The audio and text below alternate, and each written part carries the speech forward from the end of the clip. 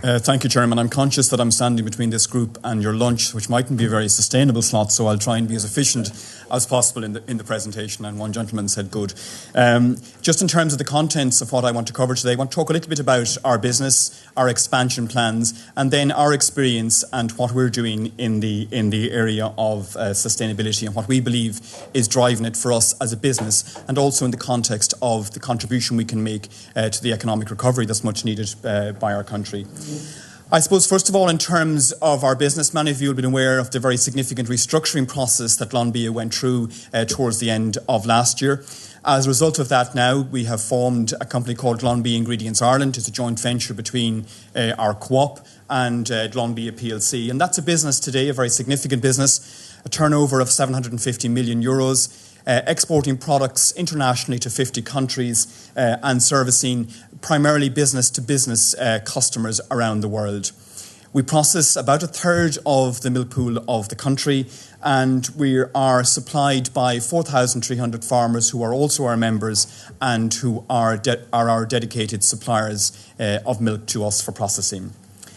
Today we operate primarily two sites in Ireland. At Ballyragget we have our main production facility, and this is in fact the largest integrated dairy plant in Europe, a very significant scale plant at Ballyragget, and we have a second plant based in Virginia in County Cavan. We're collecting milk across a wide geography. Today our milk collection expands across 16 counties, so we have a very wide geographic footprint in terms of the presence of our farmers across the country. And I suppose for us, the very exciting thing that we're looking to in the future is the opportunity to expand. For the first time in a generation, our dairy farmers are looking, with the removal of quotas, at an opportunity to grow and expand and develop their businesses in terms of milk production. And when we look at what that might mean on our individual farmers and some of the very detailed analysis that we carried out at farm level, there is an ambition across our farms to grow their production in the order of 55-56% in the 5 years following 2015. 60% of the farmers today who supply us with milk have said to us post-quotas they want to grow their production. And that's going to result in the order of 40% of an increase in cows on the farms that supply us. And indeed, we're estimating productivity accounting for the balance, or about 1.5% on an annual basis across our farms. So our suppliers, thankfully, have a very strong ambition, but also have a very strong capacity to grow and expand their dairy enterprises.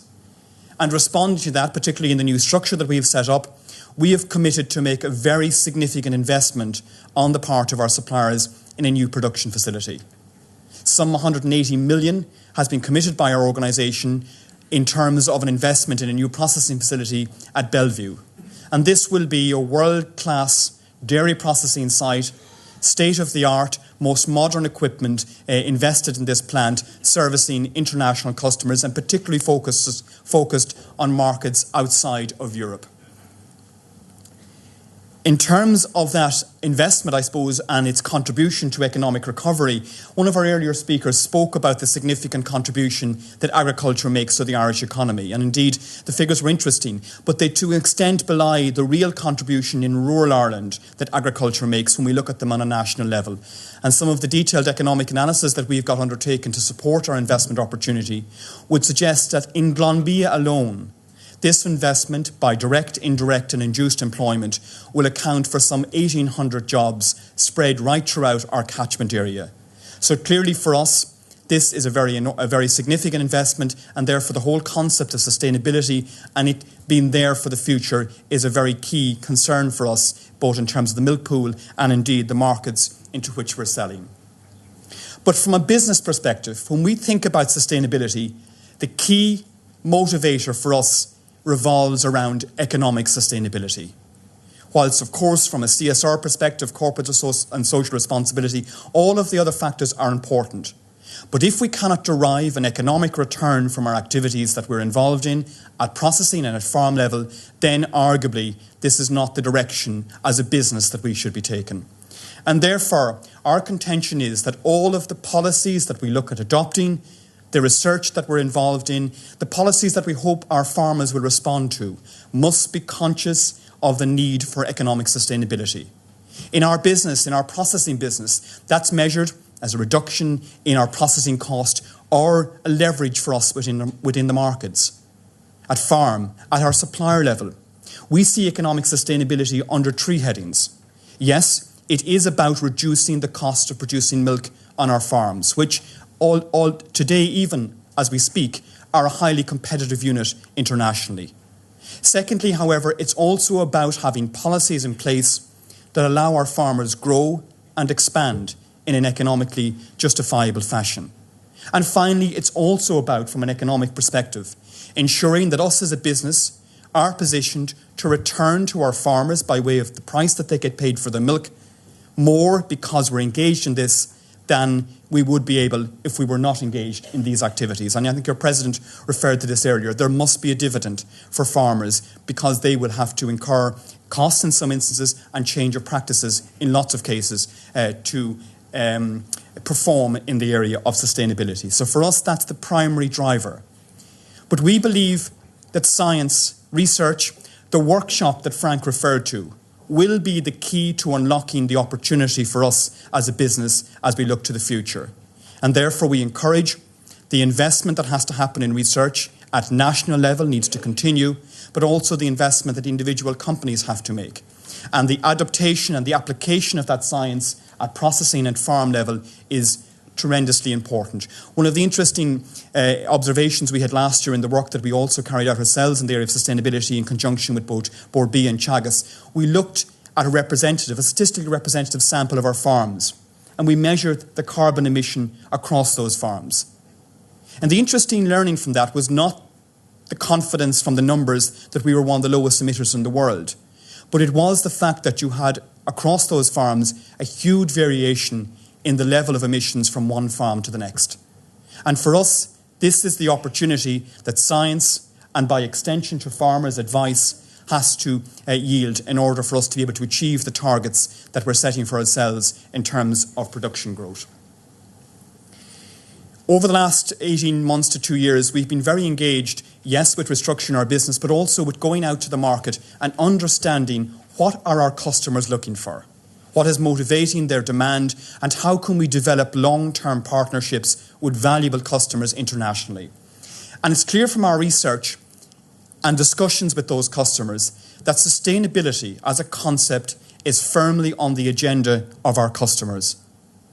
But it's also very clear that the thinking behind this is very different in terms of its motivation, depending on what market you're looking at, and depending also on the product and the nature and type of that product in the market. In some of the countries where we deal, sustainability is about security of supply. When you look at countries like the Middle East and indeed Asia and China, purchasers in large businesses there are very concerned that they have a secure supply of raw material into the future. And in some of these countries, you don't just lose your job if you run out of food. There are much worse consequences. And this is very much on the minds of buyers and particularly government agencies across these countries. In other countries, the key motivating factor is about integrity of the supply chain. It's about the quality and the traceability of the raw material that goes into the final product. And we saw this demonstrated very clearly in our business in China in terms of the infant formula sector over the last number of years with some of the very significant food crises that they have had there.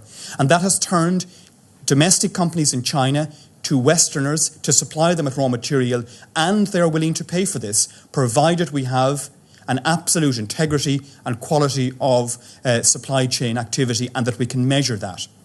And the key here is for all of the links in that chain to be secure, because one link, if it breaks, it causes a problem for the entire chain, and that's something we have to be very conscious of in our approach in this regard. In other countries and with other companies, the motivation is about securing supply from efficient sources of production. And they look to Ireland as a very key player in this regard.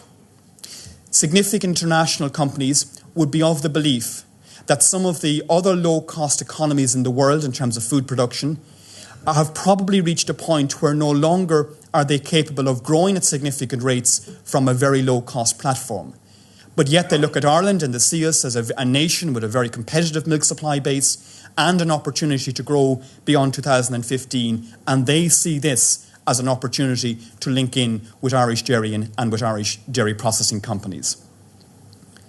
There's also the motivation of the consumer within this, feeding back their desires and their concerns to food companies in turn. And of course, the consumer's messages can be quite mixed and quite varied across the markets, but companies continuously researching consumer behaviour want to be able to respond to this. And we particularly are finding that some of our customers who are in the very highest end of the branded markets are very conscious that they want to be able to demonstrate, to have branding messages into the market about the sustainable credentials of the products that they source from their ingredient suppliers, and Ireland fares out particularly well in this regard. And finally, of course, there's the policy environment that motivates us as a company. The opportunity to expand beyond 2015 is fantastic for a company like Glanbia, but it needs to be on a sustainable base. Our growth needs to be able to continue to justify the investments that we're making, and therefore for us, driving a platform of sustainability at supply level has a very clear economic benefit from us. And indeed, we're also conscious of the evolution of the Common Agricultural Policy and the potential for the greening element in that to recognise some of the activities that we're going to be involved in at a national level and indeed at the level of individual companies. So really for us, we look across a world of dairy markets, a single market, but with a wide variety of sustainable motivations around the concept of sustainability. And for us, we have been driven over the last number of years, working very closely, particularly with Bord Bia, to develop codes of practices and mechanisms that can address all of these motivations from the perspective of our customers. But we're not alone. Our competitors are also responding. They don't have the natural advantages perhaps that Ireland has, but that does not stop them from developing their own approaches, their own messaging around sustainability. We see ingredient manufacturers, our competitors in Europe and internationally, working hard to develop their own messages around sustainability. We see retailers demanding us to perform in a certain fashion, simply saying if you're not prepared to perform in this fashion, then your product will not be part of our portfolio. And we see the companies that we supply, and Pádraig went through a number of these, the Danones, the Unilevers, the Nestlés and Diageos of this world, all coming to us and saying this is what we need you and your suppliers in turn to perform to if you want to be a suppliers of ours into the future. So we're not alone either in terms of competition or motivation in terms of our customers in this field. So how are we responding? Well, as a business, we're very conscious of these motivations, particularly in the market, and we're mindful to respond to them. We respond in two ways. Within our production facilities, within our plant, driven primarily initially by the need to ensure efficiency, we have a very detailed programme in place for a large number of years here, focusing on reducing cost, reducing waste, and utilising our resources in the most efficient fashion. In this context, we've been recognised. Last year, both of our plants were awarded the gold standard from the Carbon Trust for our performance in terms of CO2 reduction. And as outlined on Pádraig's slides, we've also joined the Origin Green concept in terms of being able to set targets and declare how we're performing in those targets to a public arena. But for us, the story does not stop at the factory gate. If we look at this graph here, it shows the level of CO2 emissions across the value chain. And it's clear that a lot of the emission and a lot of the sustainability question arises at farm level before the milk ever arrives into our plant. And in that context, we then are motivated to act in terms of developing a sustainability approach across our supply base. But we see this as an opportunity. We see the development of a code of practice working alongside our farmers as a challenge, yes, but an opportunity because of where we're coming from. Because we have a grass-based production system, we have a very strong in Glanbia quality assurance approach. And quite frankly, we see this as a place where Ireland and Glanbia within that context can take a global lead. But at the centre of that must be, in our case, our farmers. Whatever we do, we have to be mindful that it adds value to a farmer. We have to be mindful that we're able to communicate why we're doing what we're doing, and that we bring our farmers on board so that they are engaging in these activities not because they feel we're making them, but because they believe themselves that there is a benefit. And I think the strong message that we are observing here is the need for engagement, the need for strong communications across the supply chain. And what we have developed in conjunction with Glanbia over the last 18 months or so is a code of practice. But our first point of call in this is to pilot that at farm level, to take feedback, to understand how it's working at farm level before then rolling it out more generally to our full supply base. And these are some of the elements of that code of practice that we have developed over the last period. And today we have 250 farmers gone through this pilot, and over the next number of months it's our intention to roll this code of practice out at farm level. And in tandem with that, we are very active in the market, ensuring that our customers understand what we're at and buy into the approach that we're taking across our farms. And to that regard, we've developed an advisory group to advise us on this development. Glanbia, Teagasc, the World Wildlife Fund and others are very involved in helping us develop what's important in terms of both farm and market. Finally, Chairman, just in terms of, I suppose, our future vision and where we're going with it. Today, we see ourselves at the dawn of a new era. For the first time in a generation, our farmers, with the removal of milk quotas, have an opportunity to grow and expand their businesses. We believe that our farmers have the capacity and the ambition to take on that expansion. We believe that in the market there's a demand for food and a demand for dairy products in particular that is outpacing the ability of the world to supply that demand. In fact, the world is and will remain hungry. But we also believe that this space is a space where Ireland can truly take a global lead, where in fact others can look to Ireland and say that's the benchmark, where our customers, whom we supply, will turn to our competitors and say to our competitors, if you want to supply us, you have to be able to perform in the same way as an Irish supplier that can.